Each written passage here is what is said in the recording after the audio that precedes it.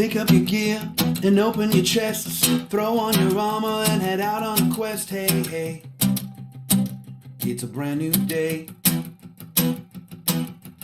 On the Sword Coast, your allies will help with blades and bows and magic as well. Hey, hey, heroes on their way. Fighting forever against overwhelming odds. Fighting together in favor of multiple gods. Idle champions of the forgotten realms. Idle champions, adventure never ends. Idle champions, get you all out there. Idle champions, you will say it again. Idle champions.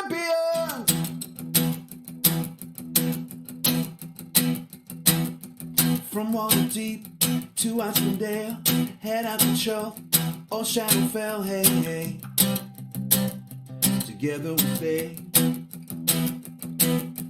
Walk to the monsters, walk to the boss, walk to the right, it's never a loss, hey, hey.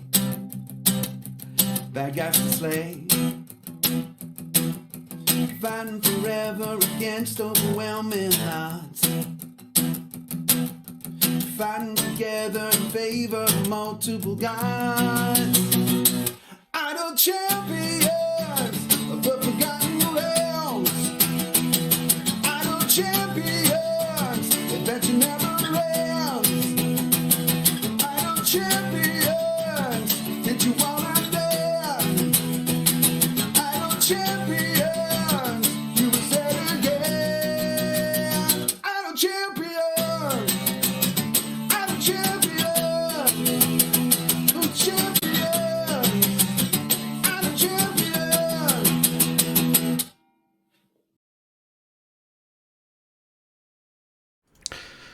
Hello everybody, welcome back to another Gaarawarr's Guide, the tutorial show. I'm Gaarawarr, and this is my misbehaving beard. It's not happy today.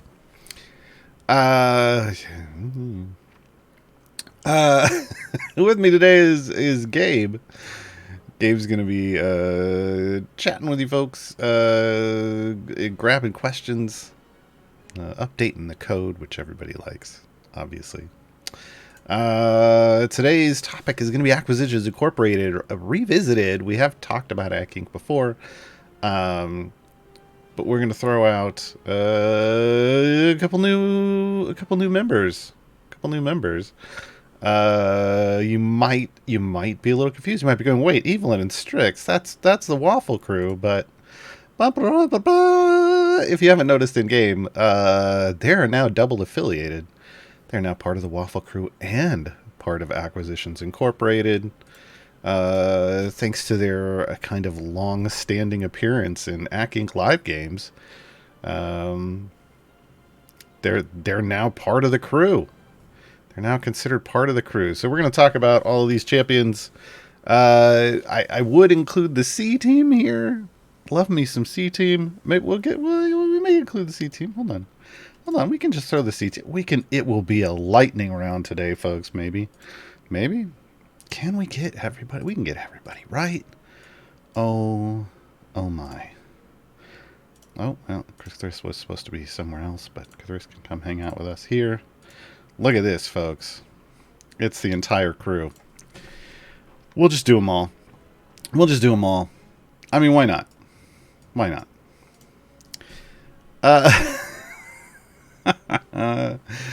So remember, folks, this is Acquisitions Incorporated, the C team.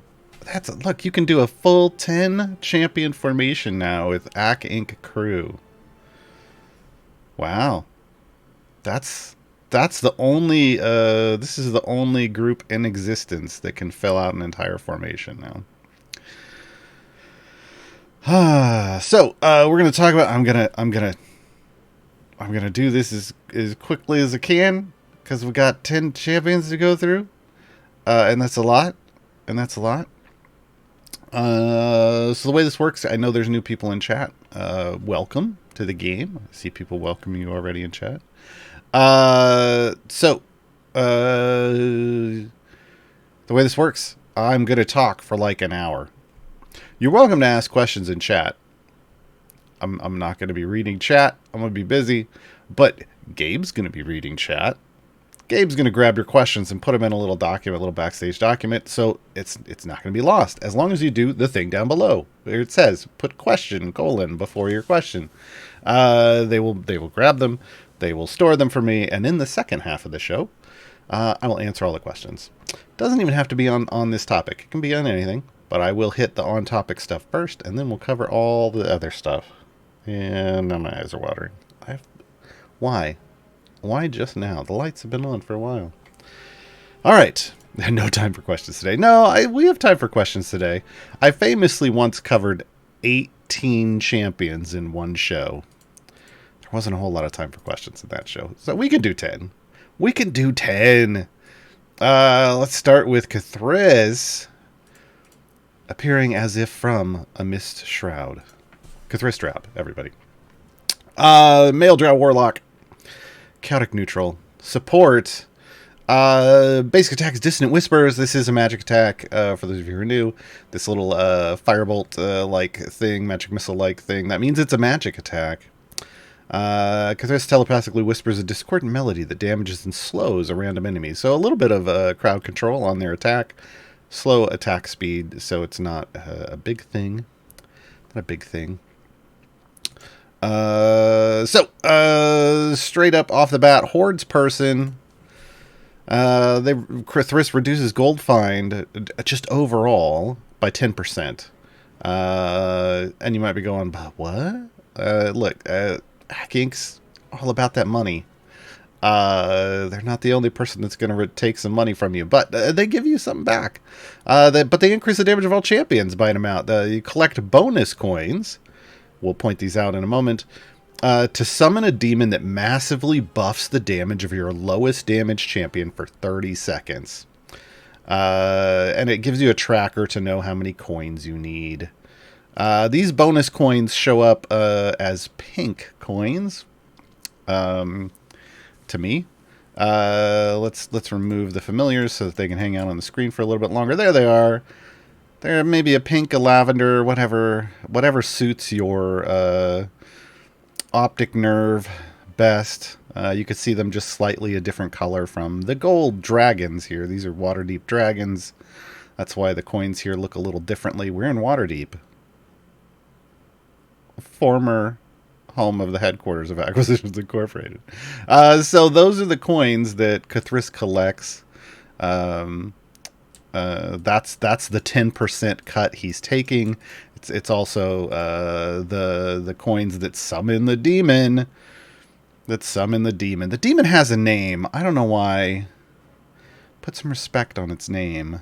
CNE Games. Grave of Men. The demon's name is Grave of Men. Just putting that out there. I might know a little bit of the lore here. Not all of it, but a little bit. And the cool thing about the demon is, when we'll see the demon pop up occasionally throughout the show, it will pop up around the lowest damage champion, and then it will boost its damage to match your primary DPS. So you effectively, while Grave of Men is out, you get a double DPS formation. That's the only time this happens. Kathris is the only person that can create a double DPS situation for you, where you have two champions doing equal DPS.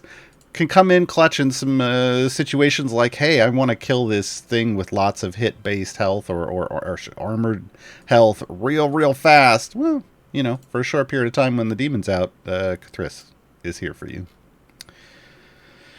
Unseen Encouragement. Increase the damage of champions furthest from Kathris by a large amount. Now, this does mean you have to understand how the game tracks distance. Distance does not flow in a straight line here like those green arrows, the green lines here are working. It counts adjacencies. So because there is a gap in this formation, it's going to count around the outside. So 1, 2, 3, 4 to get to Dinar. 1, 2, 3, 4 to get to Evelyn. That's why the arrows are pointing to those 2 champions and only those 2 champions. So depending on who you want to be your DPS, you need to place Kathris so that they're far away from them. So if I want Rosie Bee Stinger to be my DPS, I've got to move Kathris over here to the middle. And now this arrow's pointing at Rosie. Right? It's also pointing to these 2. It will point to multiple people, but as long as it's pointing to your DPS, it should be good. Should be good. Specializations can alter some of these things. So we can either get efficient with our bookkeeping, or we can get the Velvet Touch. To make things clear, it's called Velvet Touch because Unseen Encouragement is actually Velvet. Kathris' unseen servant. See, it's like they know the lore or something. Vision bookkeeping reduces the number of coins required to summon the Horde's person Shadow Demon by 25. In a perfect world where I can place Kathris furthest from my DPS, you go efficient bookkeeping. Because having that demon out more often, fantastic. Double DPS? Yes, please. I would like that. Velvet Touch, Unseen Encouragement, now targets all non-adjacent champions. So when you can't get that friendly with things, or maybe in a situation where you're trying to buff lots of people for some reason, Velvet Touch. Velvet Touch, right? I'm going to go ahead and go more Shadow Demons, please. There's the demon. There's Grave of Men, right above Donaar. Donaar's our DPS. That's fitting at the moment. We haven't leveled up anybody else, so, you know. Just Dinar things. That's it, folks. Kathris, real straightforward. Guys, is that really it? Is that it? Kathris has 2 abilities? Okay. I mean, yeah, sure. All right. That's all. See, this is going to be fast, folks. Ultimate, Tentacular, Spectacular. It's everything you think it is, folks. Kathris summons a horde of tentacles across the battlefield that damage and slow all enemies. It's the Tentacular Spectacular. That's it. It's just there for a moment. It's gone. But it's enough. It's enough. It'll apply a slow to everything that's on the screen, and it'll damage everything on the screen. What more do you need from a bunch of tentacles? Don't answer that question. Item-wise, pair damage all champions items, global damage for the Horde's person. So this is the amount of the gold you're collecting is trading off for bonus damage. That's going to boost that. Unseen Encouragement. So again, you're getting both the main abilities with the boosts. Then we have ultimate attack damage and ultimate cooldown. Feat-wise, not a lot.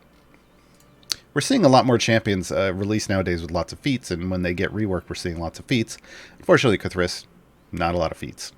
Lots of tentacles, not a lot of feats. So, damage all champions, Unseen Encouragement, and then Gold Find. So, room to grow here in the future, hopefully, for Kathris. Let's talk about Dinar, baby. Dinar, the big boy, I got to change him out of his Yum Yum Hut outfit. Oh god, I forgot I bought that skin.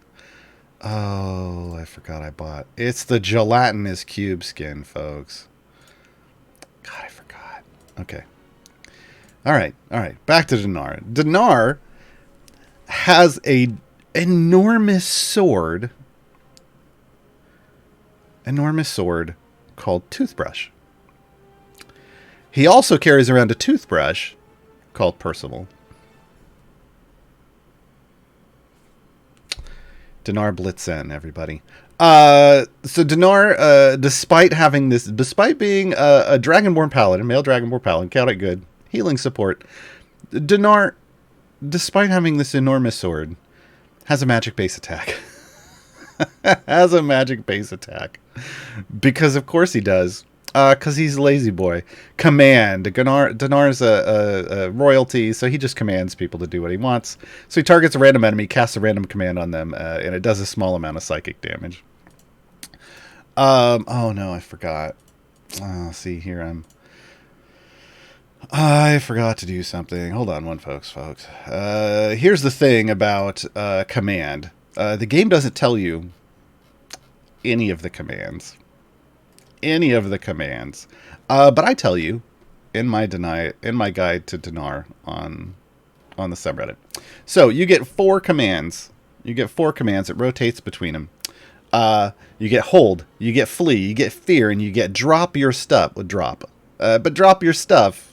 So hold, the target, if it hits, if he commands somebody to hold, they're stunned for 3 seconds. Flee, the target, it looks like they're pushed back. Effectively, they're running away. Damage dealt to it is increased by 100% for 10 seconds. So double damage, and they move away from you.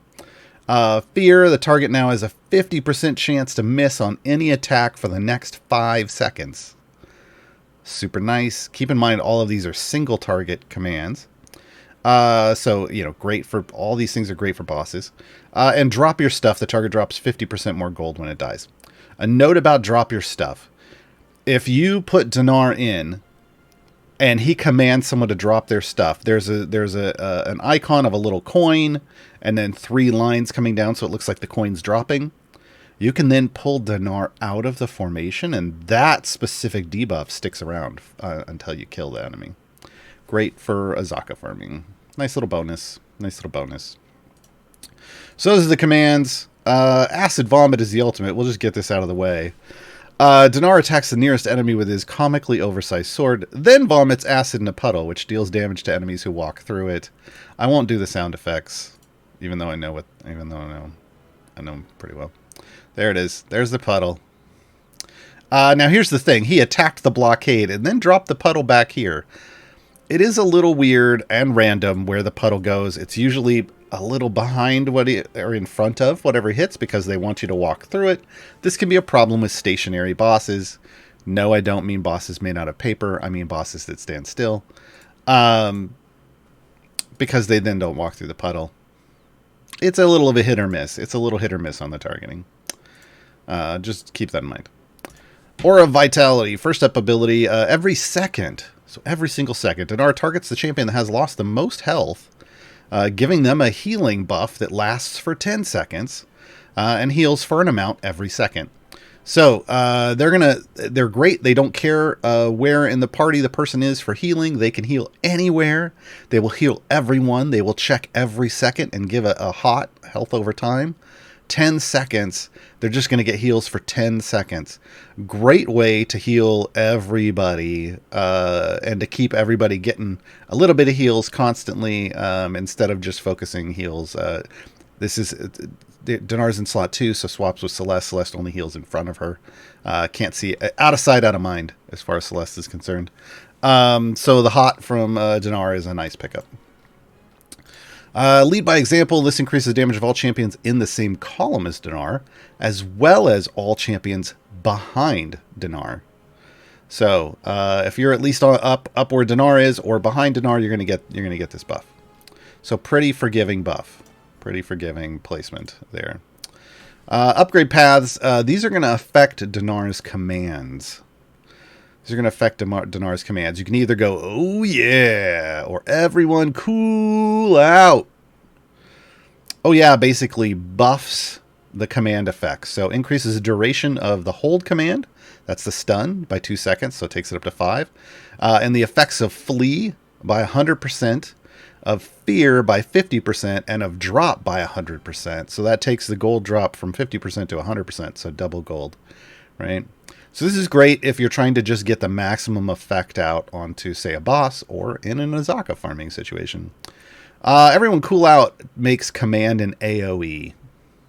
It's a small AoE, but it's still an AoE, which means you can drop that command on entire groups of enemies that are built up on your tanks. You can make them run away. You can stun them all. You can make them all drop more gold. You can make them all take more damage. You can make them all miss their attacks. It's fantastic. So, if you're looking for boss-based stuff or Azaka farming, you go with, oh yeah. If you're looking for just group crowd control, everyone cool out. I'm going to go with that one. And we're leveling, and we'll let a familiar do that. because that's boring. That's it. See, Acq Inc, they get just a couple cool things and then they're done. So item-wise, damage all champions. We get a increase heal. We get the increase buff. We get attack damage. We get ultimate cooldown. And feat-wise, once again, not a whole lot, but because they are healing support, they're going to get a little more than Kathris did. They get damage all champions. They get the heal boost. And then they get lead by example. They get lead. But wow, they don't even have the 25% damage all champions. Yeah, Dinar needs a little help in the feat department. And I don't mean a mani-pedi. Let's talk Omen. Let's talk Omen. Alright. Omen drawn. Head of Acquisitions Incorporated. Or maybe. One of his clones is the head of Acquisitions Incorporated, I'm sure. Male half-elf cleric, lawful neutral, support and gold find. Imagine that. Imagine. Omen drawn. Likes gold. Appropriate intervention is the base attack. It is melee. That's what the sword means. Omen smashes the nearest enemy with his maul. He real straightforward. Slow base attack because, I mean, that's not... His thing isn't about attacking. His thing is about encouraging others to attack for him. Not really. Man, I wish that was his kid. But that's, you know, makes more sense. Shadow Council. First ability, increases damage of champions adjacent to Omen. So he wants to be next to the primary DPS. That's what you get from that. Champion of Tymora. Every time Omen attacks, they bless all adjacent champions as a champion of Tymora, which increases their damage by an amount for 3 seconds. Here's the thing. Champion of Tymora can spread throughout the party. And I will show this off in a bit. Contractual obligations. Every time a champion in the column in front of Omen attacks, they fulfill an obligation to Omen. When Omen reaches 100 obligations fulfilled, he grants a 100% gold find buff for each champion in the column in front of him for 30 seconds. Now, I want to be clear, because this confuses some people. He doesn't give those champions a gold find buff. He buffs gold find based off the number of champions in that column. So here there's 3 champions in front of him. He's not just giving gold find to these 3 champions. He's giving 100% based off these 3, like, you know, times 3, right? 100% for 3 times. Just, you know, it's not just for those champions. But for 30 seconds. So this gets used a lot in Azaka farming, obviously. The key here is you want Omen placed, if you're looking for gold find, you want Omen in a place where there's a bunch of people in the column in front of him. It's really, he does really good in places where there's like 4 champions in the column in front of him. Fills up real quick, and you get a nice big boost. You know, you get a nice big gold find boost. Specializations are going to change how Shadow Council works. So Shadow Council is that adjacency buff. So, long lost friends, Shadow Council now applies to champions not adjacent to Omen. And it's buffed by 85% for each champion of Tymora in the formation. Now remember, he makes the people adjacent to him champion of Tymora, but like I said, it can spread throughout the formation. We'll talk about that in a second. Close allies, Shadow Council continues to apply to champions adjacent to Omen and is increased by 100% for each champion of Tymora in the formation. And Assassin, Shadow Council now applies to champions farthest? We used furthest earlier. Which one do you want to use? I don't see any. Come on. From Omen is increased by 125% for each champion of Tymora in the formation. So it's really about your formation building. Can you place Omen as far away from possible from the DPS? Now we're kind of already doing that with Kathris, so in this situation, maybe not. But in some situations you might, right? Or you could change like Kathris' spec or whatever, right? You get the biggest thing here. Now let's talk about, I'm just going to leave it as close allies. Let's talk about Champion of Tymora spreading.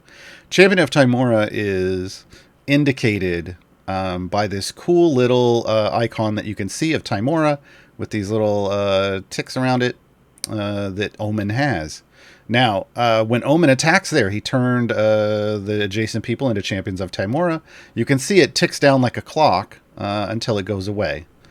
Now, what happens when you're trying to spread Champion of Tymora is once people who have Champion of Tymora themselves attack while they have the buff, they then spread it to people adjacent to them, as we just saw happen with Rosie and Vi at the top. So as we can see, Rosie and Vi became champions of Tymora. Now Kathris has it. Now Jim has it. Now everyone has it. For a moment there, everyone was a champion of Tymora. This is because of the relative attack speeds of the people around Omen. So because the specializations, because they buff based off the number of champions of Tymora, you also kind of, it's real funky. It is really nice. I wouldn't necessarily build your formation around it, but it is really nice when everyone can have Champion of Tymora, because that's going to give you the biggest possible buff. Okay, I'll move Omen back. And double check. Known associates. There we go. The duration of Champion of Tymora is doubled on champions with the Acq Inc or C Team affiliation. This makes it this is to make it easier to spread Champion of Tymora. So that's why we were seeing it stretch out to the full party. Otherwise, it might not. That's everything. Ultimate is Spirit Guardians, because Cleric. Omen summons 15 Spirit Guardians, which explode every 2 seconds, damaging all monsters in a large area. The duration of Champion of Tymora is doubled as long as the spirits remain. So not only is this an AoE damage effect, it also boosts the damage of your primary DPS based off the Champion of Tymora buff. Right? Because and the specializations, because everyone's potentially going to get Champion of Tymora. This is important to keep in mind, because Omen's achievement is based off giving everybody Champion of Tymora and keeping it active, if I recall correctly, for a certain period of time. And that has to do with building, if you can do it with all Acq Inc champions like I'm doing here, and then pop that ultimate. Easy peasy. Easy peasy. Item-wise, increased damage of all champions. Then we get focused items. So we go straight into Shadow Council, then Champion of Tymora, then Contractual Obligations. So this is a gold item. This is a gold find item. Ultimate attack and ultimate cooldown. He has a few more feats. We get damage all champions. We get straight up gold. But then we also get Contractual Obligations. So this should technically have a gold symbol on it, but it doesn't. And then Shadow Council buffs. Shadow Council buffs. Because of course. That's Omen drawn, folks. Now on to Evelyn, Avalona, Helvig, Marthain. Evelyn, female human paladin, neutral good, tanking and support. Kicks off with a 20 overwhelm. Again, double affiliation. Waffle Crew and Acq Inc. Base attack, Mighty Axe. Evelyn smashes the frontmost enemy with her enormous battle axe. Every third attack, she cleaves. And her ultimate is Find Steed. Evelyn summons her Celestial Pegasus and dashes across the battlefield, damaging all enemies in a line for massive damage and briefly stunning all damaged enemies. Here we go. It happens quick. Boom. And she's back. First ability is... Evelyn used to have a bit of a health problem. Now she's good. Lothander's Grace increases the max health of Evelyn by 100%. So just a straight up health doubling. No big deal. But it actually worked out pretty well for her in the long run. Divine Prayer increases the damage of all champions behind Evelyn. So again, tank buffs everyone behind. Channel Divinity. After Evelyn... Okay. Did I... Okay, I need to explain this. I forgot for a second. Divine Prayer is the core of her kit. It does buff everyone behind.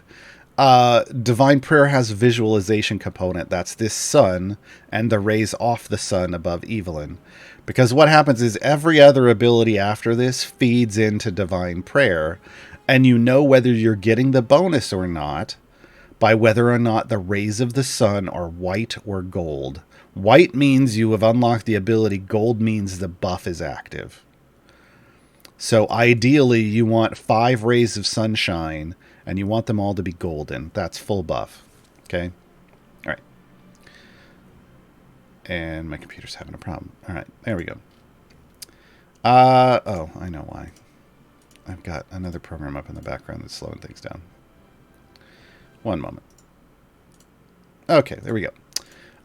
So channel divinity. This is just the straight up the next option after Evelyn hits an enemy. Divine Prayer gets doubled for 15 seconds. So that's the first. That's the second ray of sunshine. So after she attacks something and hits,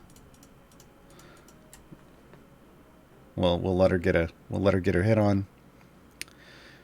Yes, Evelyn is a ray of sunshine all on her own. Yes, absolutely.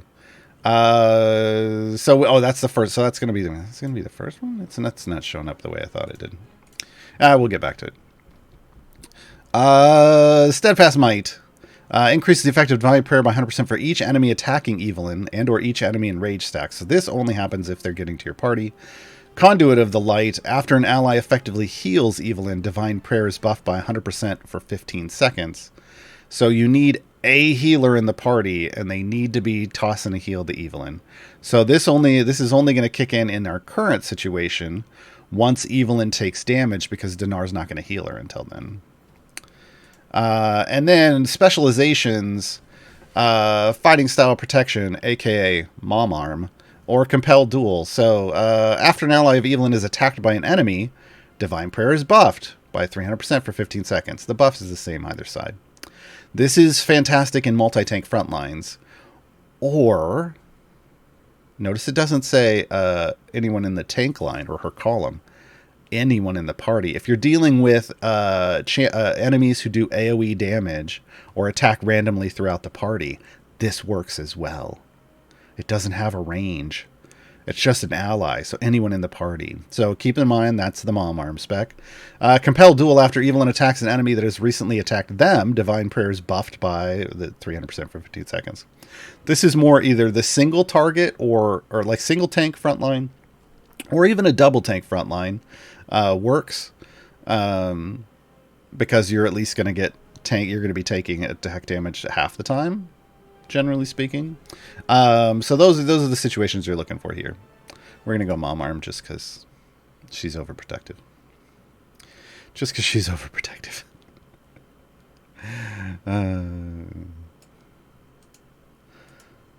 All right. Font of Heroism is her health share, so 25%. That's the generic tanking health share. And there we go. And now Evelyn has all 5 rays of her sunshine going on for the party. Item-wise, pair of damage all champions items. You get the Divine Prayer boost because that's all you really got to buff, because everything goes into Divine Prayer. So it's one item, really, and it's just going to get super boosted. Then she gets a health item, and then attack damage, ultimate attack, cooldown. Feat-wise, we get a bunch. Damage all champions, you get your health, which a tank needs. You get Divine Prayer. Again, that's where everything goes. Then we get Overwhelm. And then she gets down here. You get some more of those. And down here, she gets Intelligence 2 stat feat. This means she can participate in Patron Strahd stuff when that's slotted. She has Int 11. You need 13. So that's what that's for. All right, we are on to Gym Dark Magic. Male Human Wizard, Chaotic Neutral, DPS Support. Base attack is Jim's Magic Missile, so he attacks random enemies with his own brand of magic missiles. He shoots them out of his wand, so you get a little bit of a pew-pew action going on from the wand. I do need to mention something with Jim that is not listed anywhere in his kit. Anywhere at all. If your formation comes under attack, Jim gets scared and hops into what gets referred to as his hidey box. It's a little cardboard box, and he's got his wands pointing out, and he'll still attack, But he just pops into this little tiny box. It's very Metal Gear Solid. Or Metal Gear. Whatever. Oh boy. It doesn't tell you this anywhere. It's just a thing you learn by observing. But I want to point it out because that's what his achievement's based on. And so many people are like, how the heck do I make that happen? You just got to get somewhere where the formation comes under attack. In fact, I think we might be able to... Yep, there it goes. See, so he's got a little hidey box that says Jim on it, and there's a little seagull sitting on the top. We're in a place where there's ranged enemies, so occasionally they'll get an arrow off, and there it goes again.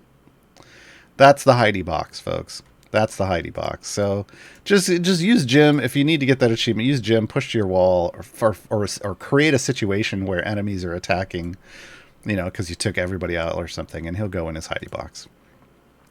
He'll go in his hidey box. Magical Maelstrom is his ultimate. We'll just get this out of the way. Jim attacks all enemies with a showy shower of sparks. You can't miss it. Yeah, watch. Okay, everybody. It's a lot. Look, yay! And it says Jim at the end in smoke because of course it does. Because of course it does. All right. First ability, magic. Increase the damage of all champions whose base attacks are magic by 100% for each such champion in the formation. This does include Jim. So he likes to be in formations that are all magic users. I mean, that's the big one, right?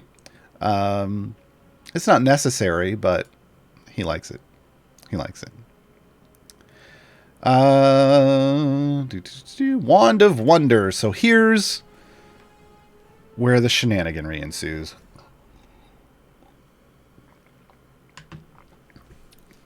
If you've ever heard somebody go, just Jim it, or chicken it,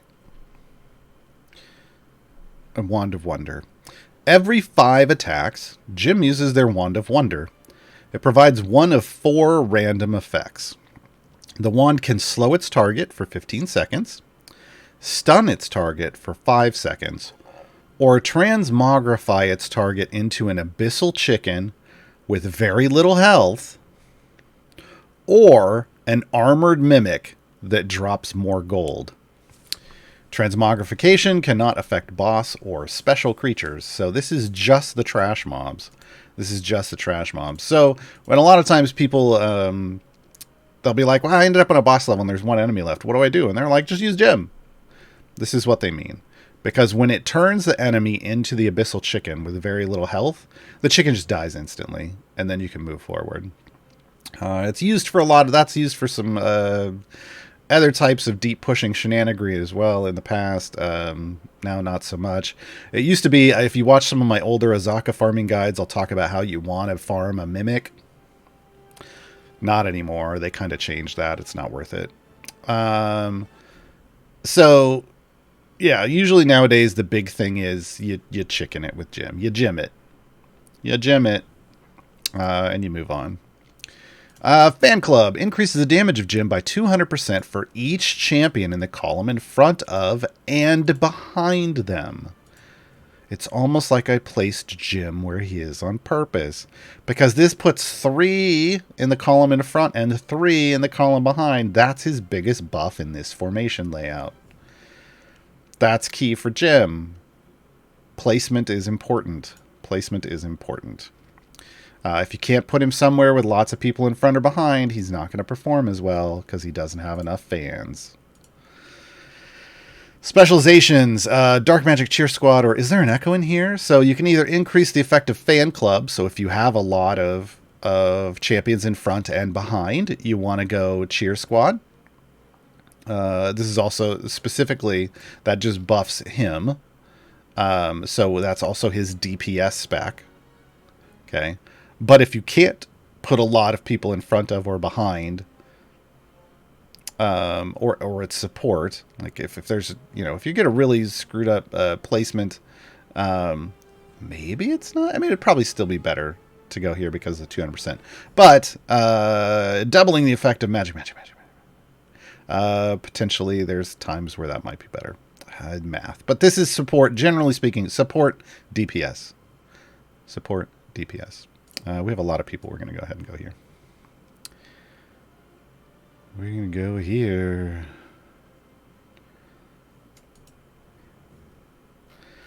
I want to say that's it. Yeah. Pretty straightforward. All right. Items. He is, for some reason, he gets a pair of self-damage items. He's a support champion. This should have been a self-damage and a damage all champions, but whatever. So doesn't support necessarily as well as maybe some other champions with that item, because he's missing item support there. Then we get fan club. We get magic. We get ultimate attacks and we get ultimate cooldown. Feat wise, there's self damage. There's all champs damage, and then there's one. He has no feats, and then there's one magic feat. Right? He could use a lot more feats. In the future, that'll be a thing that happens. Moving on to Walnut Dawngrass. Yes, that's how it's pronounced.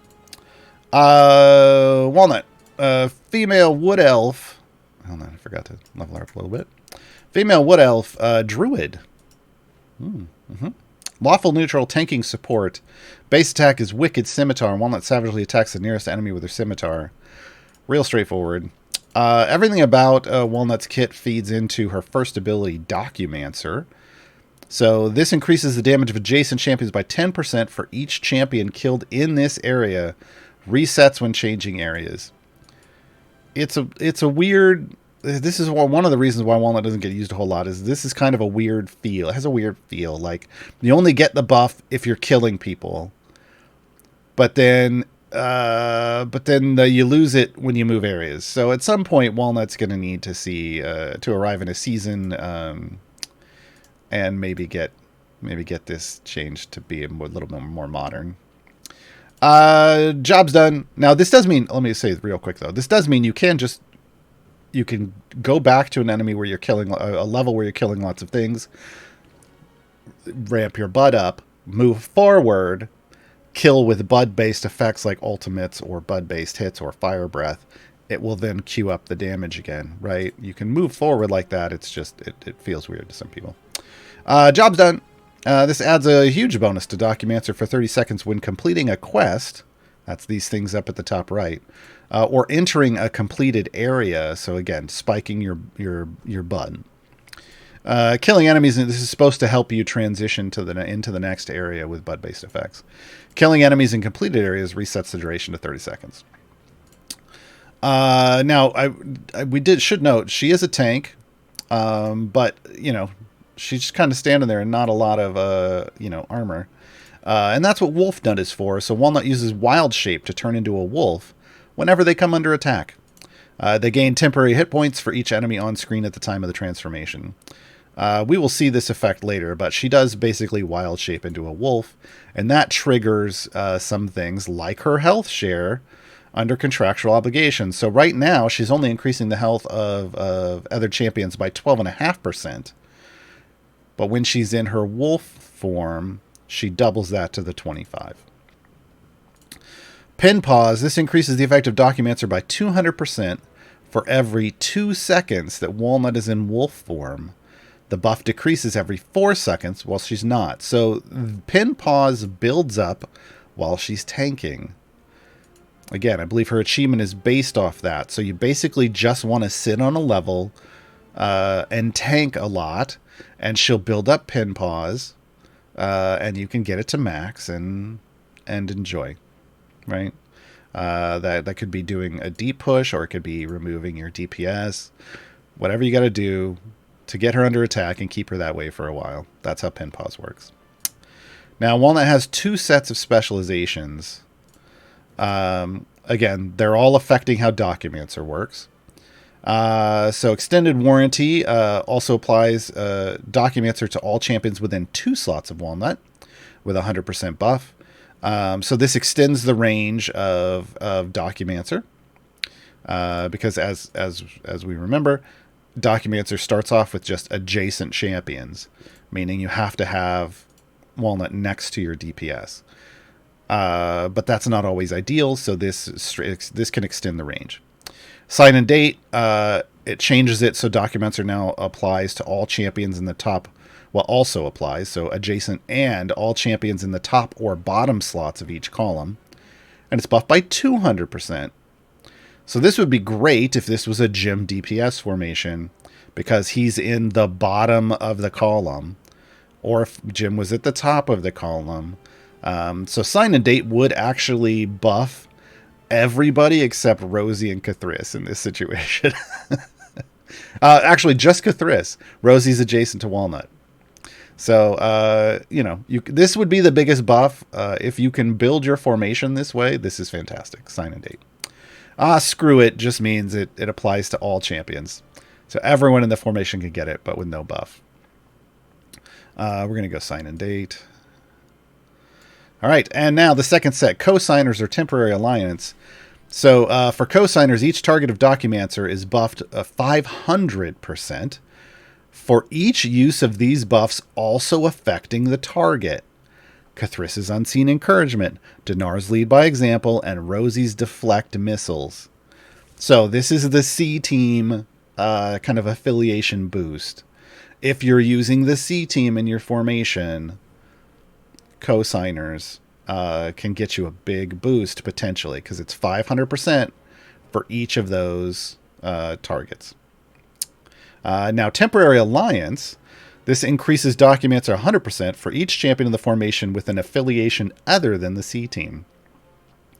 So that's, 6 out of these 10 people have an affiliation other than the C team. That could be a 600% bonus. But because we have at least two other co-signers, we would want to go co-signers here, right? So the math's usually pretty easy. You just look to see how many people are here, and then this is additive, and they give you the total. So here we go. Let me go back and double check. I can't remember if there's something in between those or not.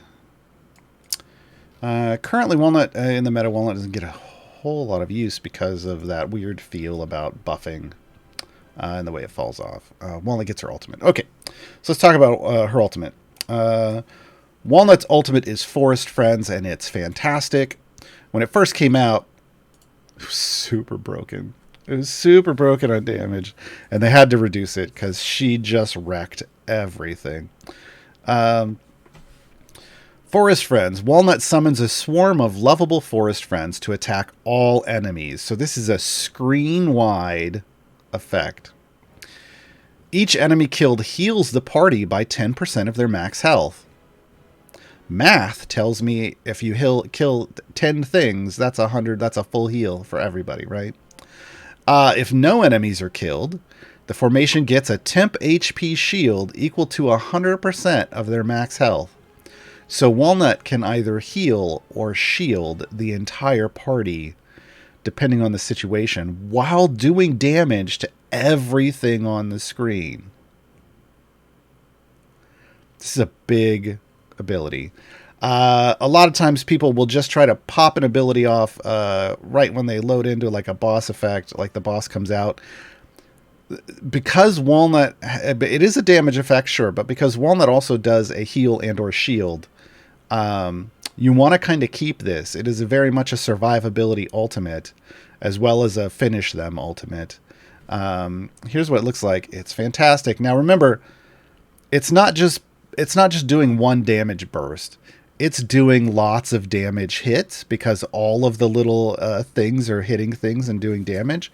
So this is great against hit-based and armored bosses. Armored as long as your bud's high enough. Here we go. Look at him go. Look at him go. And they're all doing damage as they cross. And everybody got a heal because we killed things. If we were to the point where we couldn't kill anything, everybody would have a nice health-based shield. All right. Item-wise, we get damage all champions. Then we go right into Documancer, but then they go even more into Documancer by buffing jobs done, and then they go tanking for Walnut, for Wolfnut. So it's just buffs on buffs on buffs. I mean, this one feeds into this one, so it's like it ramps up even more when you do when that buff is going off. It's you know, they've doubled the effect effectively. Then we get ultimate attack damage and ultimate cooldown.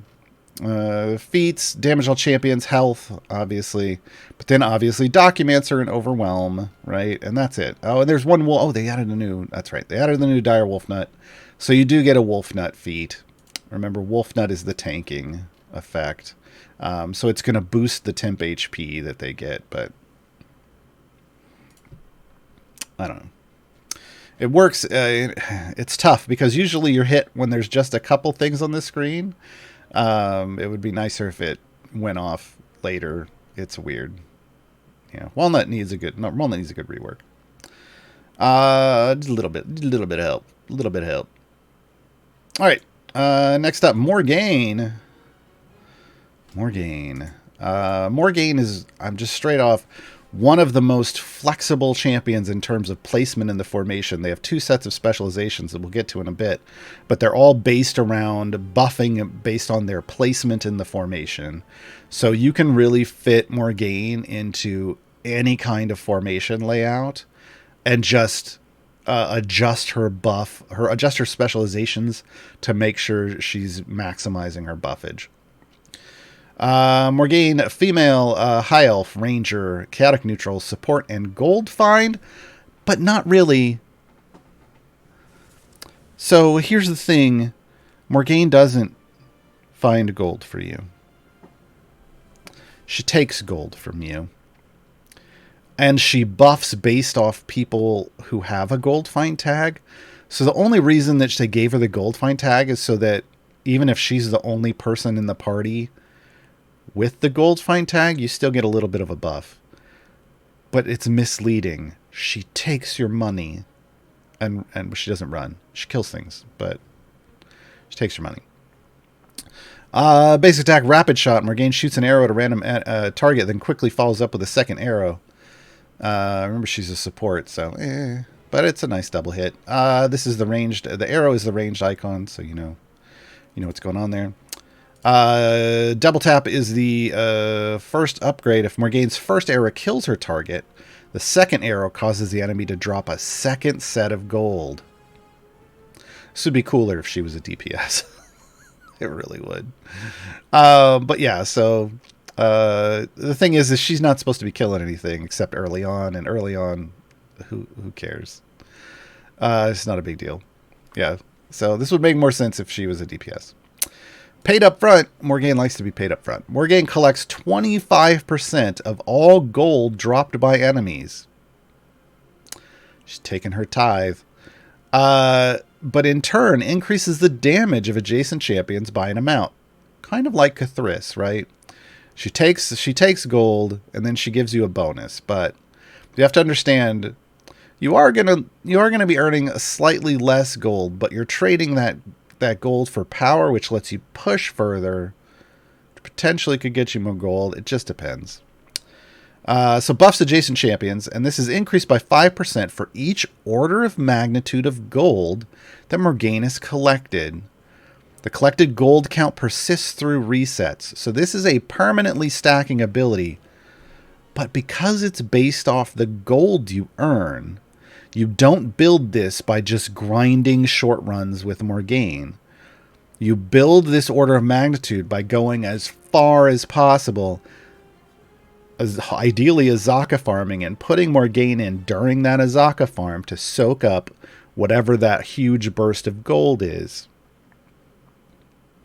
Okay. That's why mine is just a ridiculous order of magnitude, folks. This is the number. This is the number after the E in scientific notation. This is why we use scientific notation. So mine is currently based off 325. Now it is 5% additively. So as you can see, it's even getting E325 gold. That's kind of a lot. Just a 1625% bonus to that.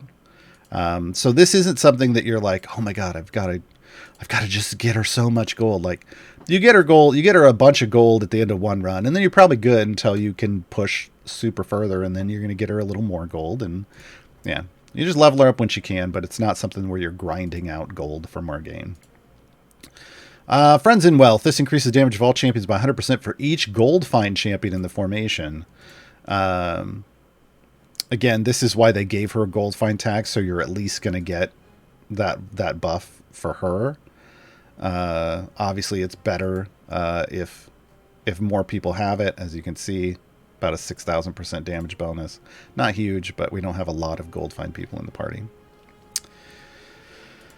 Her ultimate is customized arrow. We'll read them all. This one is nice. They actually put it in here. So customized arrow shoots one of 3 random arrows. A skull carved arrow that hits all enemies in a line. A smoke power arrow explodes when it hits an enemy, dealing AoE damage. Or a green leaf arrow does 300% damage over 20 seconds to the target enemy. You don't get to choose. It's just going to do one at random. So when you pop that ultimate, you know, hopefully it's useful. Generally it is. Generally it is here. Just goes towards a random enemy, so it tends to be something you fire off at bosses, but if you want to catch the animation, boom! That's it. Oh no, it didn't work. That was it. Yeah, no. Again, it's just shooting another arrow, folks. It's just what she does. All right, specializations. This is all about how you're adjusting paid up front. So remember, paid up front starts out as an adjacency buff. So you can say, hey, it's fine as is, and you could leave it adjacent. You can say, keep your distance, and now it applies to non-adjacent champions. So you flip the script. You could say monster fodder, so it only applies to the champions that are in front of her. So if you put her all the way in the back, it'll apply to everyone in front. Like say in Sword Coast, where there's only that one back slot. Or stay out of my way, and this applies to everyone behind her. So if she's more towards the front of the formation, like maybe right behind the tanks, and your DPS is all the way in the back, you could say stay out of my way if you wanted. I mean, but you can use multiple different variations on how you place. That's why I said she's super flexible in her positioning, because you can use these to tailor it to whatever situation you need. I'm going to go non-adjacent, and then we're going to look at the second set. So this, excuse me. She technically has 3 specialization choices, but the second and third are this set twice. You're going to get to pick 2 from this set. One right now, one later. So, keep it simple. Again, we're buffing paid up front. Keep it simple is just a straight 300% buff. We're just going to give you 300% more damage. Tight formation increases the effect of paid up front by 75% additively for each champion adjacent to Moregain. Now, currently, we're only adjacent to 2 champions. That would only be 150% buff. But if you can get Moregain adjacent to 4, you're equaling keep it simple 5, and suddenly we're beating keep it simple 5 and 6. If you can get tight formation to 5 and 6, better choice than keep it simple. Calm under pressure. So this increases the effect of paid up front by 20% for each enemy attacking a champion within 2 slots of Moregain. Additively, up to a max of 20 enemies. So this can reach 400%. Again, bigger than keep it simple, but maybe not, depending on how many. If you have 5 or 6 around Moregain, 5 isn't going to do it. But if you can do 6, 6 would beat calm under pressure, right? But this requires her to be in a very specific place. Right, within 2 slots of all the tanks. And the enemies have to be attacking. The long game, this increases the effective paid up front by 10% for every second that an enemy isn't killed. Up to a max of 60 seconds, and it resets when an enemy is killed. So this can go to 600%. This is the biggest buff. But it means you're not killing things for a long period of time. So it's that slow ramp up. So your tank has to be or tanks have to be survivable enough to last for up to 60 seconds without killing something to get the big buff. And then hopefully that's enough to kill them. Right. So usually long game is, you know, if you're playing the long game, you're picking that. And then you get to pick one of the others.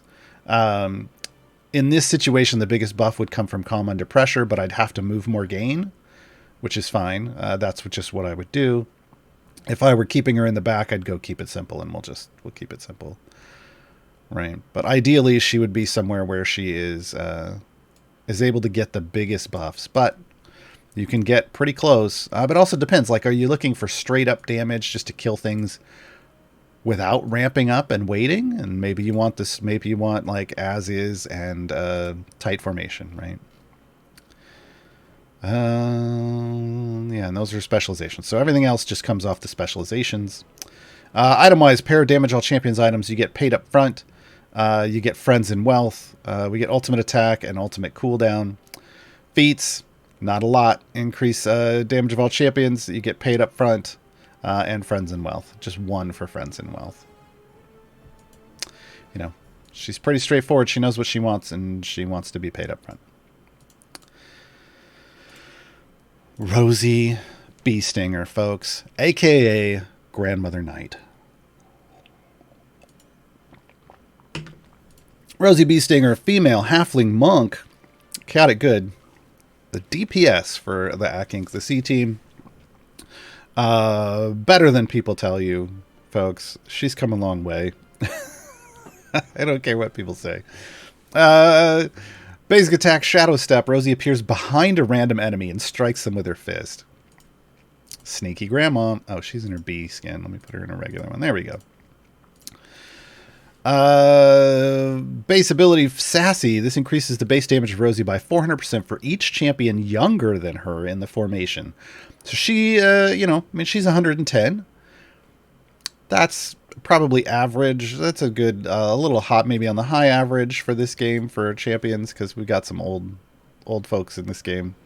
I should say, we have long-lived races with very long lives. But if you can have people that are younger in the formation, she's gonna get a nice damage boost off Sassy. Deflect missiles. This is kind of her cheese strat. It's kind of the best part of her kit, in my opinion. Yeah. So deflect missiles. Rosie deflects the ranged and or magic attacks, because in Idle Champions, deflect missiles works on magic attacks, targeting her or adjacent champions every 2.5 seconds. Just straight up, you don't take damage. The effects don't land. If there's magic effects, they don't land. They don't take any damage. The damage gets deflected back to the enemy itself. It's nice. It's nice. It does mean you want to place her near people that you want to protect. So having her near a front line is good. Which is where I put her. I would say, like, there are some adventures and variants that involve the Xanathar and little I can't remember what the little tiny floating ones are. Gazers, where they stun and do unfortunate things to your party at random, and it makes things super annoying. Hey, guess what? Deflect missiles.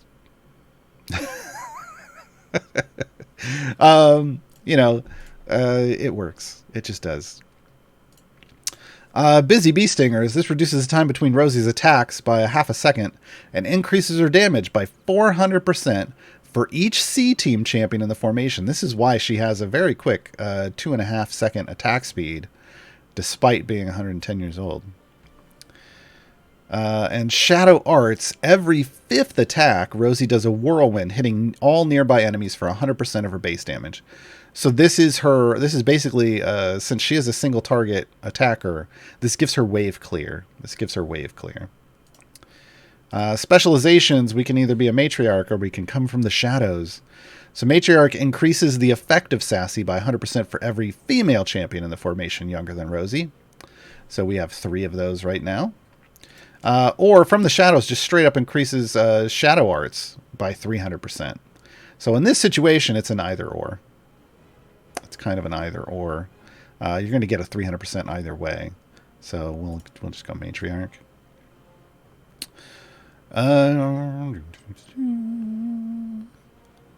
I really do love her attack animation. If you pay attention to it, she disappears into shadow and then reappears from the shadow behind something and hits them, disappears, pops back into the formation again with the little shadow swirl. Good stuff. Good stuff. And a timeless body reduces the number of attacks required to trigger shadow arts by 1. So you get that wave clear in 4 instead of 5. So just real straightforward, punch things, and hopefully they die. Gramomancy is the ultimate. Rosie roots all enemies on the screen and darts around, striking up to 10 for massive damage, then deflects all ranged and magical attacks for 15 seconds. It's nice. There is a level in Waterdeep somewhere where, again, I think it's in one of the Xanathar stages, and when you pop onto the level, there are these plants that are pulsing magic damage to the whole party, and everyone's taking damage, and yeah, Gramomancy, and then everyone adjacent to her takes no damage for 15 seconds. Here's what it looks like. Maybe. Oh yeah, she just went out and punched him real hard. Yep, that's it. It just, she jumps out and she punches you real hard. Or she tries to. Rosie currently mid to low tier damage. Could use a rework. But isn't bottom of the barrel like she used to be. Just want to be clear. A lot of people think she is. Nope. Damage Rosie, double damage items because she's not a support. Sassy boost, we get the per C team damage bonus from the Bee Stinger ability boost, ultimate attack and ultimate cooldown. Feat wise, self damage, again, not a lot of feats. Self damage, sassy, and then an int feat to make her qualify for Strahd. Now, also, I will say, on a DPS champion, getting a DPS champion to 13 intelligence does more than just qualify them to participate in Patron Strahd. Strahd also buffs, gives a solid buff for people with 13 int. So that is a damage feat. And also there are Modron cores that give boosts to people with 13 int. So again, also a damage boosting feat. So if you have a DPS champion and they have a feat to get them to 13, generally speaking, that's what you want to put in to increase their damage, because they're getting potentially multiple damage boosts that are much larger than anything any other feat can do. Important to note. Let's see, we're doing pretty good on time. Strix Bee Stinger is up next. Here we go. Female Tiefling Sorcerer, chaotic good, DPS support. Strix holds the honor of being the very first, I guess you could say, content creator champion in the game. Before that, it was all we had people like Stokey and Krond and Grama, like all of these C&E originals. Strix was the first that was the content creators. Base attack in normally Fireball, because of course. Strix throws a fireball at a random enemy, dealing a small amount of AoE damage. However, the base attack can change because of Polymorph Staff. So what happens when you hit the ultimate is that she rotates through 3 different options. Well, not rotates. At random, gets 3 different options. There's a pie plate, like her staff will turn into a pie plate. She attacks with Flame Blade Ply Plate, hitting a nearby enemy. This increases the damage on her basic attack. There's a Flying Fireball, where she turns her staff into a broom and she's flying, and then she throws fireballs. This increases her attack speed and her damage. And then there's one where she basically summons Waffles the Owlbear, and then Waffles attacks instead of Strix. And every time this increases Strix's attack speed, and her damage. And then every time Waffles attacks, the damage boost goes up. So the biggest hit is when Waffles is right about to go away. So that's the, if you can get lucky with Waffles, Waffles is the one that really does all the damage. All right. Poor Hygiene is Strix's debuff. Enemies approaching your formation take more damage due to Strix's unique odor. You can't see this debuff because no one's getting close to our formation. But it does show up as like a green kind of weird thing, like it's stinky on an enemy. And it happens after they get past about to here, if you can see. So, where there's this little box up here, right in this range is when you'll start to see the debuff appear. So they do have to be basically on the left half of the screen. This means that Strix does not support well or even do damage well against enemies that are stationary or ranged. So you got to find some way. If they're ranged, you got to find some way to pull them closer, which there are abilities that do that. But against a stationary boss, like say a Sararac or Valindra Shadow Mantle, Strix not good. You got to understand her drawbacks. Great with the debuffs when things are getting close. If they're not getting close, you lose all of Poor Hygiene. Death Ward. If a champion within 2 slots of Strix is about to be killed, Strix revives them at 50% of their max health and takes 50% of her max health in damage. If she can take that much without dying. This only happens once every 30 seconds. So it's a weird little protection thing if she's within 2 of somebody who's about to die. It gives you a freebie on things like Valindra, the Valindra fight, but unfortunately she's not good against the Valindra fight. So generally speaking, I don't really pay too much attention to this. But it is there. It is a thing. Just know that it exists. Haunted. This increases damage of all champions by 100% for every champion death in the formation while Strix is in it, with stacks persisting until you reset the adventure. So this is an in-run ramping boost based off champions dying. Now, most of the time, you're not dying until you get towards the end. So this is a manual stacking thing you kind of have to do towards the end of the run.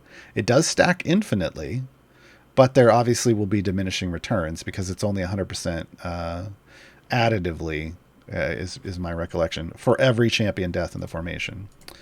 So at some point, it's not going to be worth continuing to stack it. Now, a neat interaction is Spurt. Every time Spurt's ultimate fires off, it builds a stack. It builds a stack.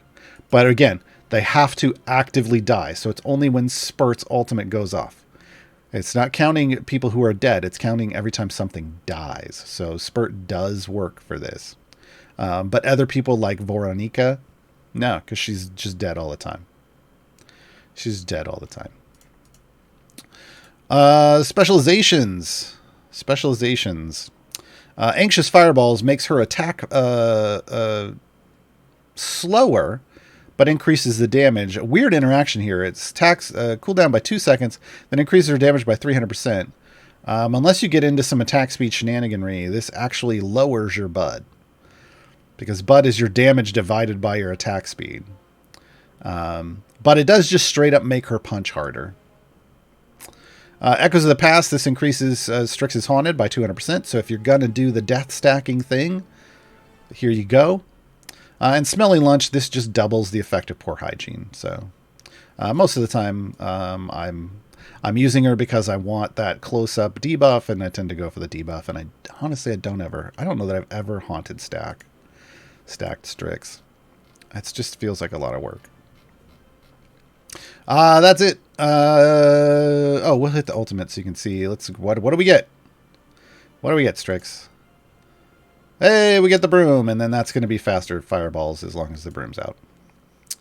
But again, the ultimate is random. Item-wise, we get a pair of damage, just self-damage for Strix. Then we get a damage all champions. Then she boosts Poor Hygiene. Then she boosts the damage while her ultimate is active. And then she gets ultimate cooldown reduction. So she is heavily focused on her self DPS, with only these 2 items being support things. She gets damage all champions' feats, self-damage feats, poor hygiene feats. That's it. Didn't buff anything else. So, real straightforward. Not a major support, despite the role. She only has that one support item, and it only works if they're close to the formation. So keep that in mind. Final Acq Inc champion for today. Vi. Female known artificer. Neutral good. Support gold and speed. Age 500. So, does not work. Does not boost Rosie Beestinger. Vi has two base attacks. I guess, or two base attack setups. As you can see right now, she's bored. She just waits to attack. That's because we're killing things too quickly for her, and she's bored. Her normal attack is she attacks the closest enemy with a ranged attack. That's just it. But when she's not, when there's nothing to kill, she's watching her hologram thing over here. Base ability, a good example. So neutral champions, neutral on the good and evil axis.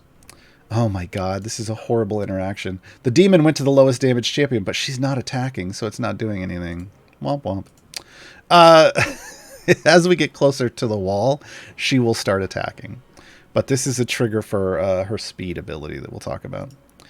So neutral on the good and evil axis champions, damage is increased by 400% for each good champion adjacent to the neutral champion, stacking multiplicatively. So basically you want the DPS, your DPS here to be neutral. It's not neutral good, but like lawful neutral, chaotic neutral, or just neutral. That's what we're looking for as a DPS. And then you surround them by good champions.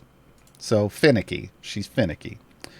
Catch and release. Instead of a base attack with her pistol, there's a 10% chance Vi takes out her comically oversized blunderbuss and fires it at a random normal enemy. This instantaneously transforms the enemy into a small glowing crystal sphere that is worth more gold when defeated, or when you complete the level. So it will drop. It's just, they literally go from their regular, whatever they look like, into a little crystal sphere on the ground that just sits there and doesn't move. You can manipulate the crystal sphere. You can knock it back. You can magnet it forward. When you kill it, it'll give you more gold. If you don't kill it and you move to the next level, any crystal spheres that are still out immediately drop their gold for you. That's a change that is not noted here in Catch and Release.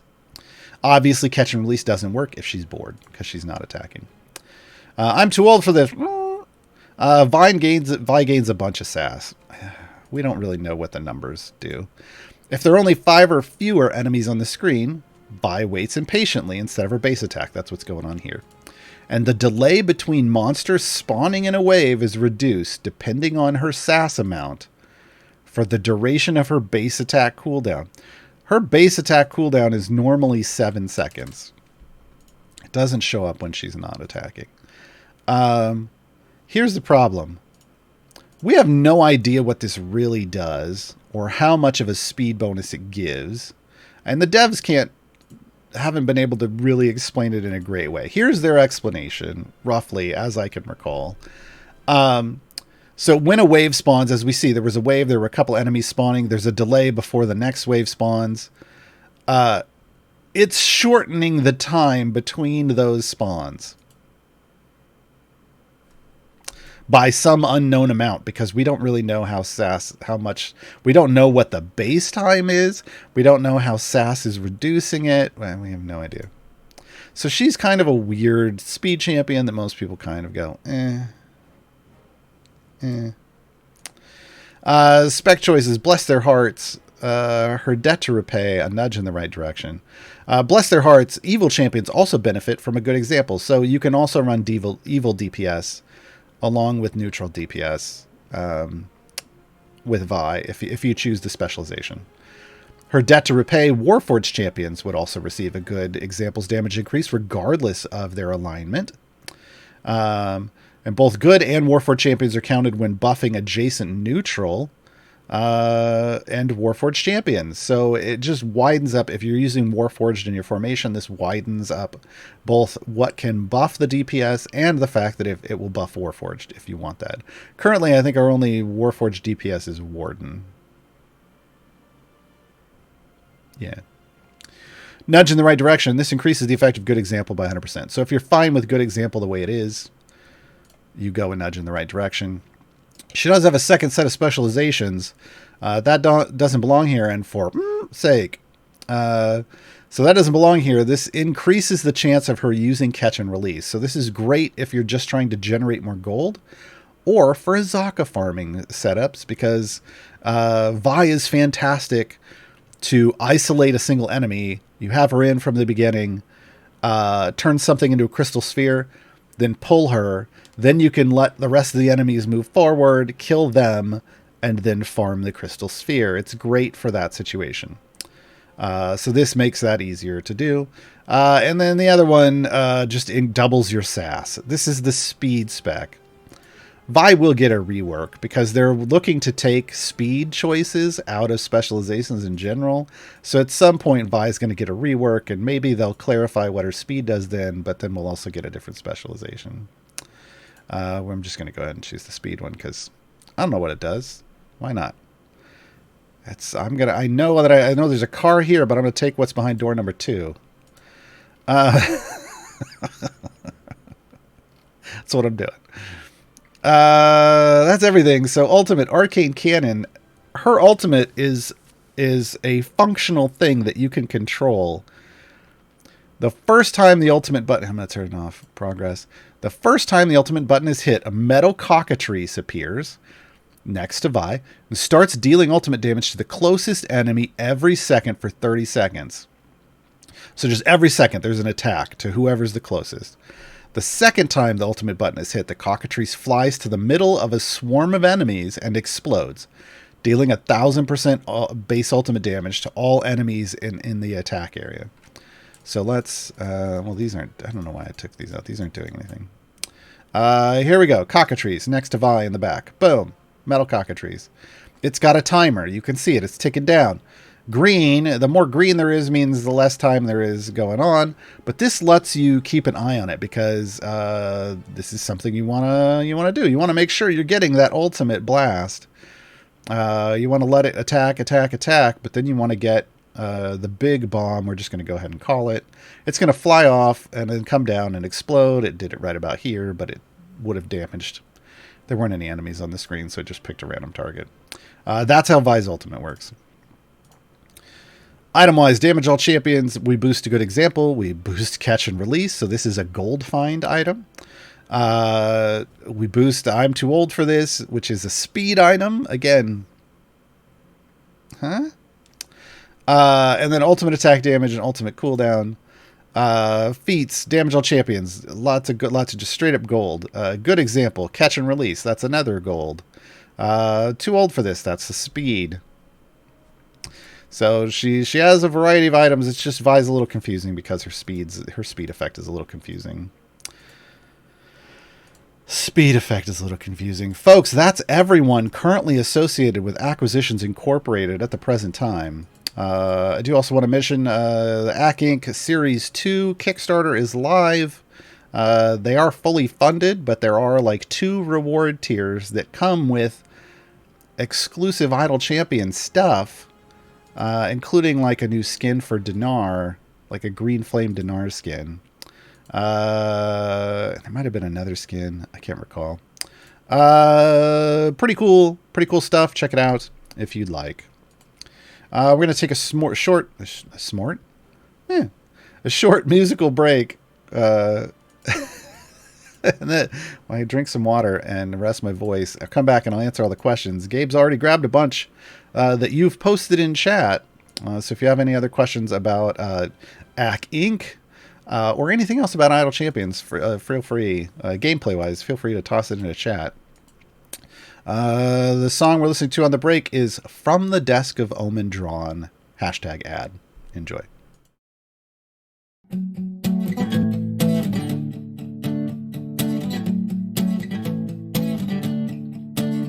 Started out with a simple tune, friendly and saccharine like a cartoon. Let the listener have no doubt, they need to feel the fear of missing out. We'll inspire them with epic riffs and emotional music gifts. Rouse your feelings toward our cause, and our ad with arousing applause. And then the hook should be big and strong and catchy to distract them from noticing we're sketchy. Do a chord shift on the chorus to make the room adore us. There's more for us when we swindle their trust.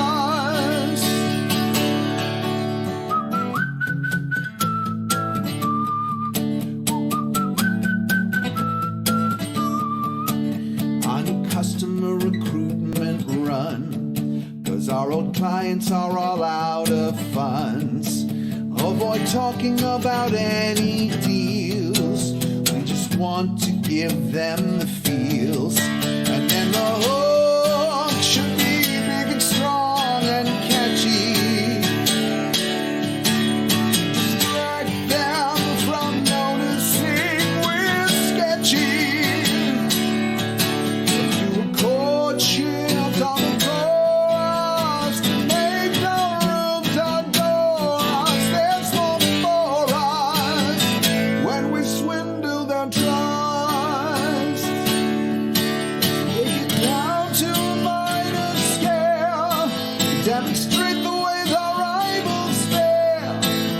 This song is a testament to our return on investment. And then the finale is soft and calm and nurturing, so they won't realize just how much they're purchasing. Try to keep it soft and sweet and gentle. Coerce these fools with something sentimental. Appeal to their greed, make them think it's our sweet need. Then we'll get tamer for the final disclaimer. There's more for us when we swindle their trust. Yeah, okay, well, that's pretty good. That's pretty good. It's pretty good. It's a pretty good song. Oh, captions got turned off. It's a pretty good song. It's pretty good. All right, folks. We're gonna hit up with the questions. Let me see real quick. Are there any that are about our topic today?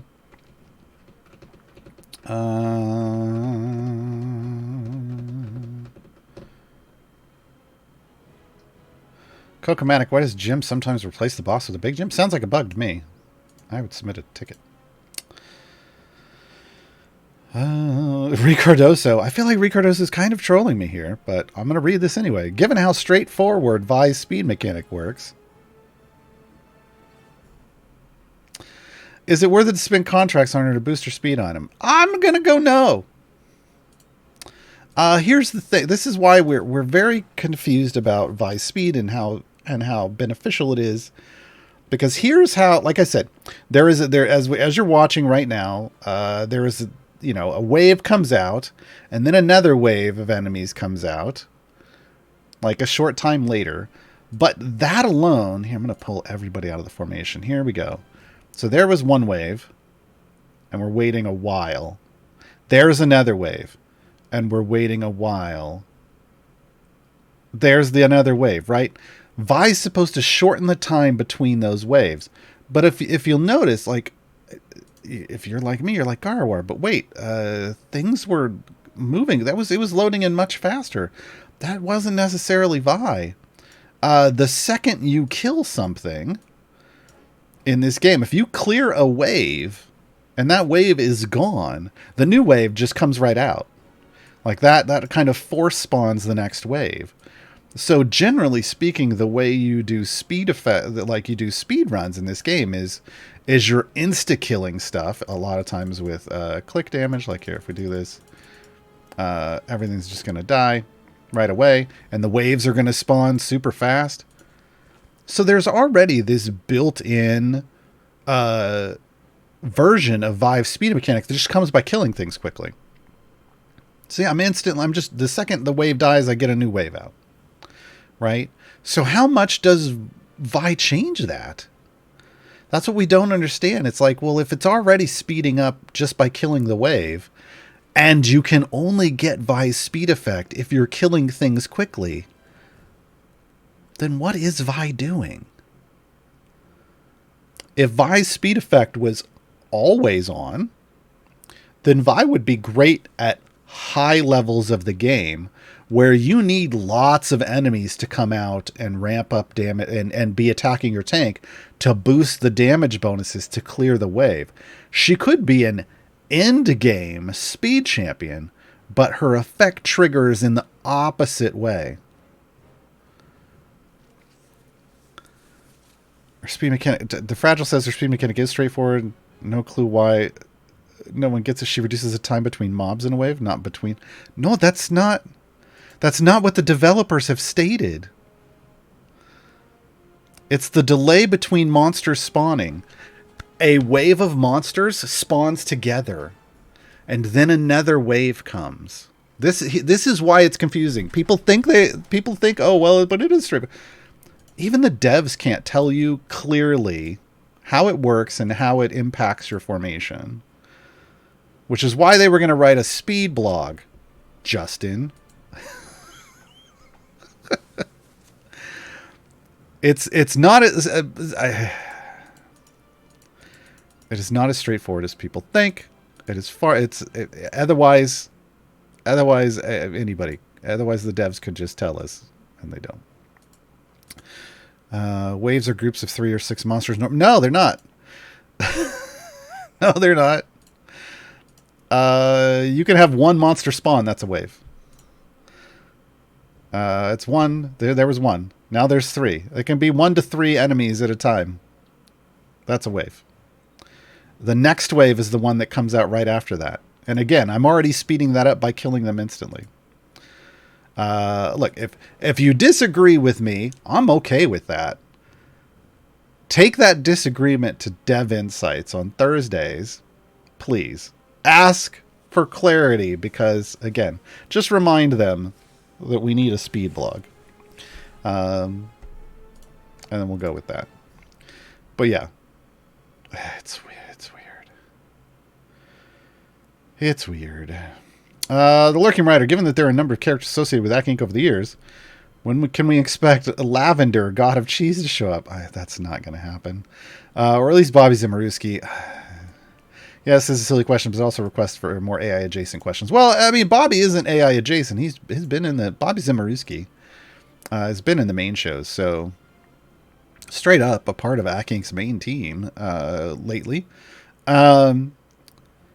Formerly, though, unfortunately, Slot 3 also has Binwin Bronzebottom in it, who used to be part of Acq Inc. But you can't, because they put them in the same slot, you can't even have an old school Acq Inc party, which I think would have been great. I'm upset about this to this day. Because I got my start watching Dungeons & Dragons in general. My introduction to Dungeons & Dragons was an Acquisitions Inc. live show at PAX Prime back in like 2010. This is the first time I'd ever seen anybody play Dungeons & Dragons. I'd heard about Dungeons & Dragons. I'd never seen it played. It was a blast. Immediately went home after that and binged all the podcasts. So the old Acq Inc group has a fond place in my heart. I wish I could run them in Idle Champions, but I can't.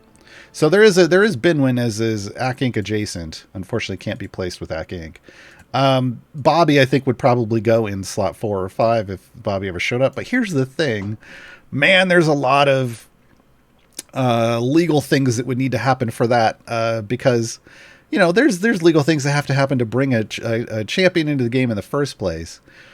because there's agreements between, if it's related to D&D, like Wizards of the Coast, there's approvals from them, which is usually pretty straightforward because it's a licensed game. But then there's the content creator. But in Bobby's case, it's WWE superstar Xavier Woods. Guess who else has to get into that legal mix? Right? Because you're bringing in a whole other thing that maybe like, what? Like, I have a feeling that's super confusing. So I don't know. I would love Bobby and his cheese. I don't know that we're going to get it. I wish we would. Okay. Going back and answering all the other questions. Freeman, could you please explain how Overwhelm works, especially regarding Briv? I'm not sure why, especially regarding Briv. I don't know if and when to plus HP or plus Overwhelm feats are better. Okay. I don't know that this specifically has to be Briv, honestly. Overwhelm works the same for everyone. The specifically, I feel like should have been specifically for Krydle. Krydle's the only tank in this game that treats Overwhelm in a different way than every other tank. But let's talk about Overwhelm. Overwhelm is one of your, is your kind of key, well, not key, one of the base tanking stats. So you're going to have Overwhelm and you're going to have health, right? These two work together. That's why some people aren't sure which way you should go. Should you stack health? Should you stack Overwhelm? So right up here, when you hover over it, this champion becomes overwhelmed when they're being attacked by 25 or more enemies at once. That's what the number means. An overwhelmed champion takes more damage from all enemies based on the number of enemies attacking them. So once you get to 26, you're taking overwhelm damage based on 26 enemies. It's not for the enemies above that. It's just when the damage boost kicks in. So the damage you're taking goes up by a multiplier, and it's a multiplier for every extra enemy. For every enemy that's attacking you, the max number of enemies that could be attacking you is 100. But then you can get enrage in there, and that can boost damage too. But so yeah, the higher you can get your overwhelm, the more you're just taking the straight damage from enemies. So, when should you raise overwhelm versus when should you raise health? You need to be paying attention to what's killing you and when. If you're dying before 25, if you have a 25 overwhelm and you're dying before 25 enemies are stacked on you, you need more health. You need more health. If you're dying only after the overwhelm kicks in and you were fine and maintaining your health, again, you were referring to Briv. Briv can heal himself. If you're at 30 and you're healing just fine, but then you get to 31 and you start not being able to keep up with the topping off a champion, you may need to raise your overwhelm. Right? It may be that a combination of the two works well, depending on it. And part of this is going to depend on how far you're pushing. Folks, if you don't have Briv, you can get Briv for free. I got you. There's a code for that. People have posted it in chat. Get Briv free right now. Briv and 3 Briv gold chests for my 3rd anniversary of GG2E, which was yesterday. Technically, today is the day, but yesterday was the episode. So. Anyway, so yeah, it's really based off how you're dying. When do you start seeing yourself dying? Do you see yourself dying before you're overwhelmed? You need more health. After you're overwhelmed, try an overwhelm feat. Do you then stay alive until you get overwhelmed again? Try another overwhelm feat. There's a few. And then maybe add health. Now that there's 4 feats, you can stack up like double health and double overwhelm. Or you could even go triple overwhelm if you need to. Briv's a bit ridiculous. He can get to 65 overwhelm. And then even have a 30% health in that. So you really have to look at why it is you're dying, when and why you're dying. And keep in mind, like if you just got hit once, like one shot by the boss, you probably just need health, right? Yeah. Now Krydle's a whole different thing. Krydle's a dodge tank, and he dodges based off his overwhelm numbers. So the higher you can get Krydel's overwhelm, the more he stays alive, just based off dodging. And you reset these stacks by having healers in the party. They don't even have to be healing him. As long as there's someone in the party that has a healing tag, he refreshes his evasion stacks faster. Ridiculous. Krydel, first champion in Idle Champions to make healing viable. Crasser Image. What champion has the best ultimate for killing off remaining enemies during Azaka farming? Oh, to pass along their plagues. I don't usually use ultimates for that because that's problematic, because it can hit everything. There's no way for me to answer this question because it depends. Like, did you separate a mob back here? Are they all in front of you? Like, if they're all in front of you, you definitely don't want to do, like, yeah, no. Ultimates are not the thing.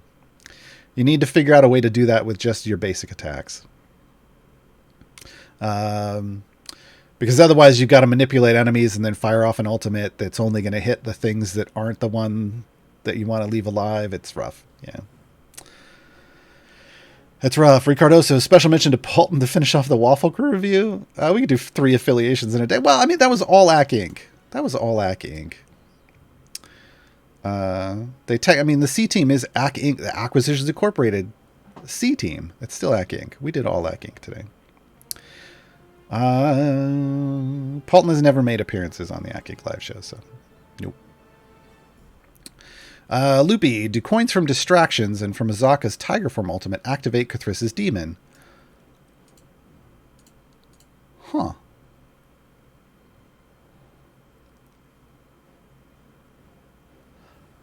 I feel like, I guess we'd have to see a distraction die and see if it drops a pink coin. That's the thing. You can tell real quickly because if the coin is pink, Grave of Men is being paid. So, I don't know that we can make this happen, but let's try. Can we get an ultimate? I don't think. Oh, there's a distraction. Yeah, there's a pink coin. So I'm going to just go ahead and say yes, because I don't know that we're ever going to get Azaka's ultimate to far. But yeah, there was one on. So any gold that comes in, as long as there's a pink coin that drops, it's counting. Remember, you just got to look for that pink coin. T5 Cats. Are we talking trials? No Mehen or Omen or Gromman slot 3. Who to put in farming gold find from any... I don't know, because your trials restrictions are subjective. They're based off your run. We would need way more information. But yeah, you every trials... see here, my trials, I got... For day 1, I got a wisdom 10 or higher. But every day you get a new trials restriction, and everyone's is unique.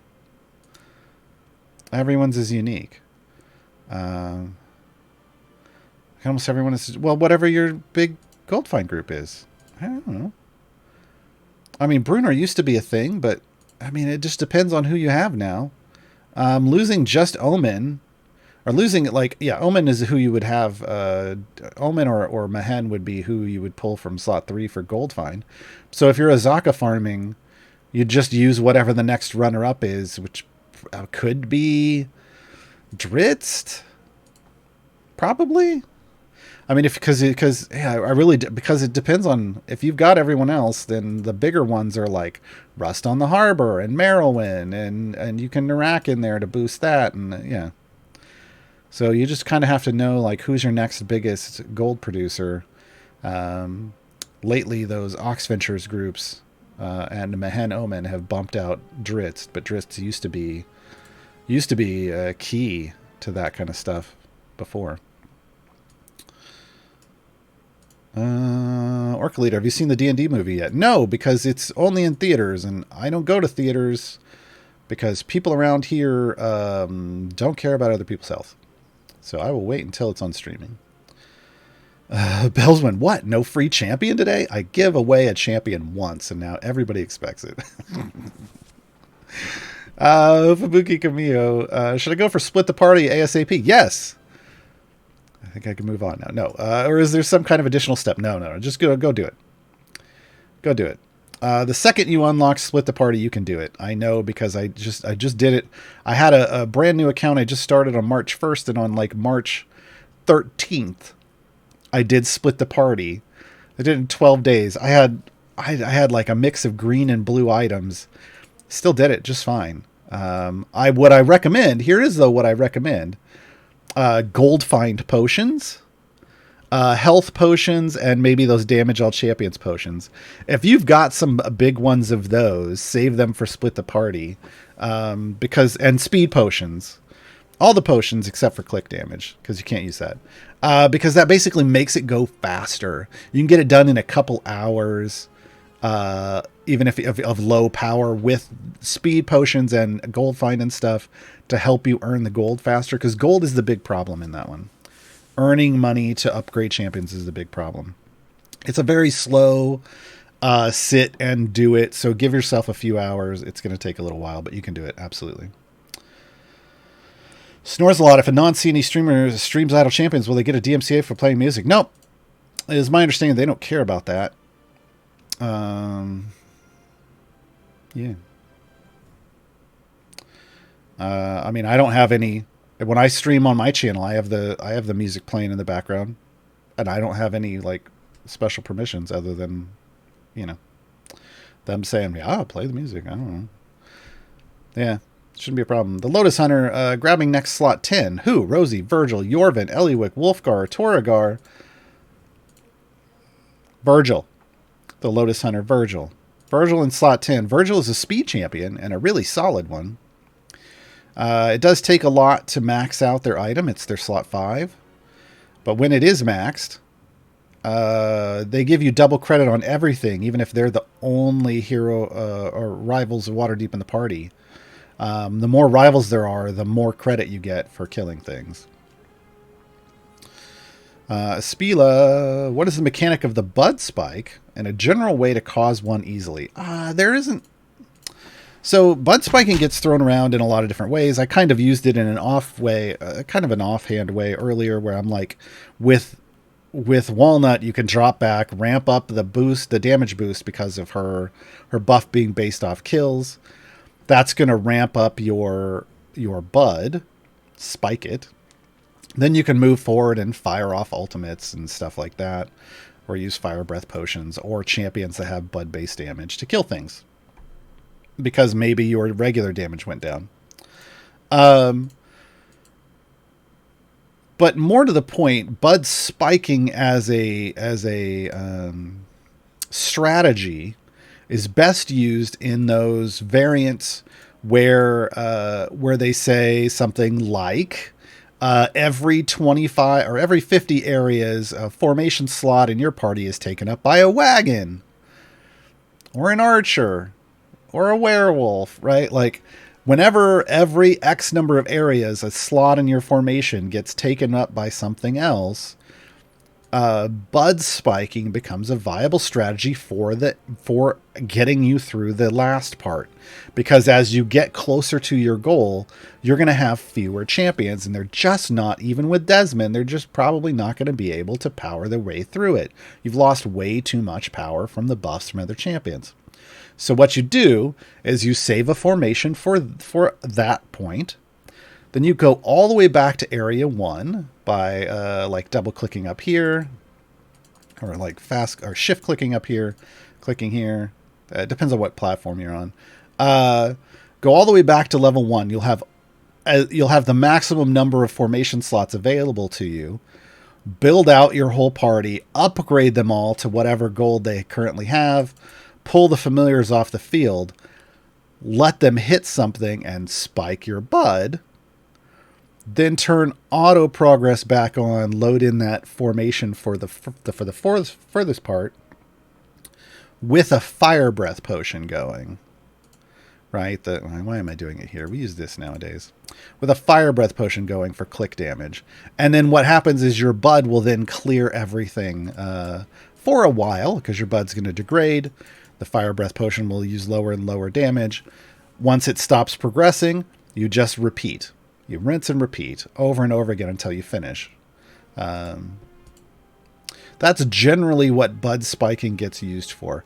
There are some other times where people will debuff, boost things and stack debuffs and try to spike their bud, but that's a very, I don't really call that bud spiking. I just call that debuff stacking. And with Walnut, it's just basically using Walnut. That's what makes Walnut weird. So I tend to think bud spiking as a strategy is for those very specific situations. The rest of the time, you should just kind of be able to push normally. And anything you're doing to raise your bud is probably more along the lines of debuff stacking or champion swapping. Shevik, where's my free Briv? I know for a fact you have Briv. Killer Point, who has a better beard? Patrick Rothfuss for you. I don't know. Subjective? Lurking Rider, so why is it Briv that you gave away instead of, say, a Dwarven champion? Because Briv originally arrived in Festival of Fools. Briv arrived year 3, Festival of Fools, and since this Festival of Fools is going on right now, since the other 3 years were available, we looked back like, who else? Do we want to go raise Strix or Rosie? Briv, yeah, sure. So we gave away Briv. Gemini Vale, do you have a recommendation on a good adventure formation to farm stacks for Briv? You don't farm stacks for Briv. I'm confused by your question. That's not a thing you farm. You just go use Briv. So I'm not are you trying to do the achievement? I have a tip for that in his guide for the achievement, but generally speaking, just using Briv gets you stacks. You can't complete, like right now you'd be getting no stacks because your formation isn't under attack. But when you push deep with Briv and Briv comes under attack, he gains stacks naturally. That's his natural mechanic. And then when you complete your adventure and start a new one, he converts those Steelbone stacks into haste stacks, and you get speed stacks. But you don't specifically go to an adventure, farm stacks, and then go do another adventure. That kind of defeats the purpose of a speed effect if you have to go somewhere else to get it. Now there are situations where you're doing automated Briv gem farming. That's a whole big thing. I don't think that's what you're talking about. So yeah, just if you're talking about the achievement, I got a tip in my guide for Briv. Basically, you want to find an area with ranged enemies. You want to turn that where you're not able to kill them. You want to turn off auto progress. You build out a specific formation, which I have there's a GIF. There's a GIF in that guide for it that shows you basically what you want to do, like some health sharing tanks and some healers, and then you just let Briv get beat on for his achievement. But yeah, outside of the achievement, there's no reason you go out and actively just try to farm stacks. Technically, you get them anywhere. A ranged level might be better because they start attacking sooner, but it's weird. Yeah. Not necessarily a thing you just go farm, like say kills for Zorbu. Right? Because he doesn't keep the stacks forever. You're constantly using them, so you constantly have to build them up again. Yeah. Well, if you're glitching your way into stacks on Briv, that's an exploit. Like there's a bug going on there that you're exploiting to get, and then we don't talk about that here. So, yeah. Regular usage of the game is what we're talking about. Folks, we're out of questions, excuse me. We're out of champions. No, we have 115. We got plenty of champions. I already have Briv. Can I have a code for a different champion? No.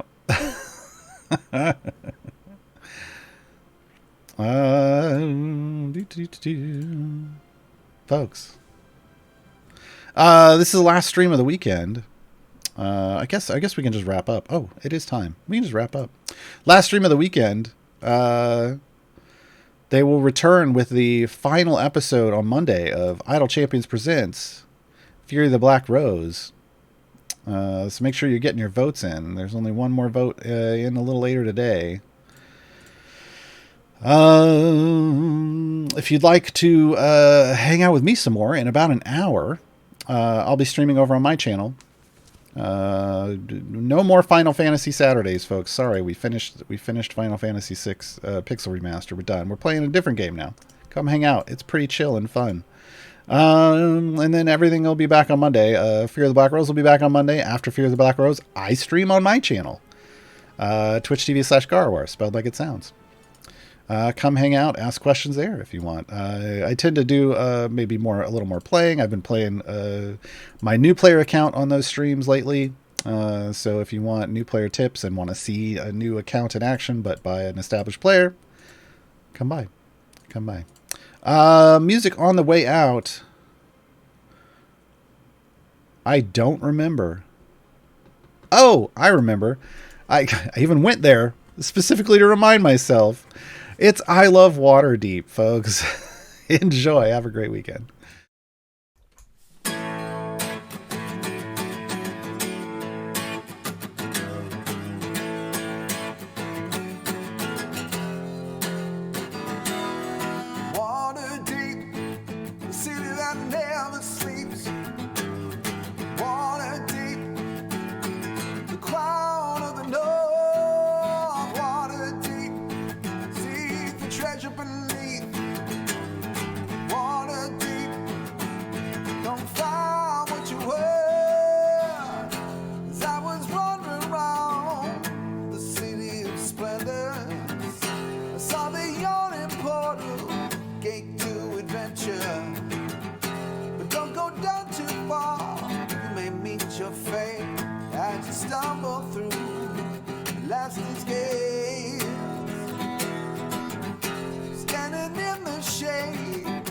That you cast, I look out to see 1,000 swaying masts. Glancing up, I see the griffins flying by. You know the city's safe by land, sea, and sky. Water deep, city that never sleeps. Water deep, the crown of the north.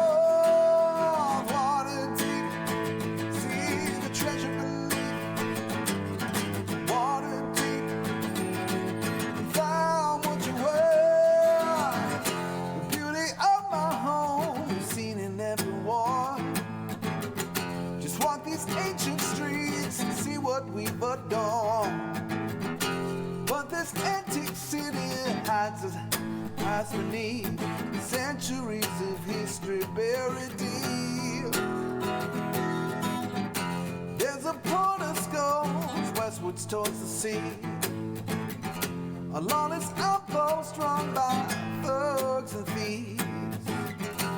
Underneath it all, the man-made fancy schemes in a labyrinth of death. Opportunity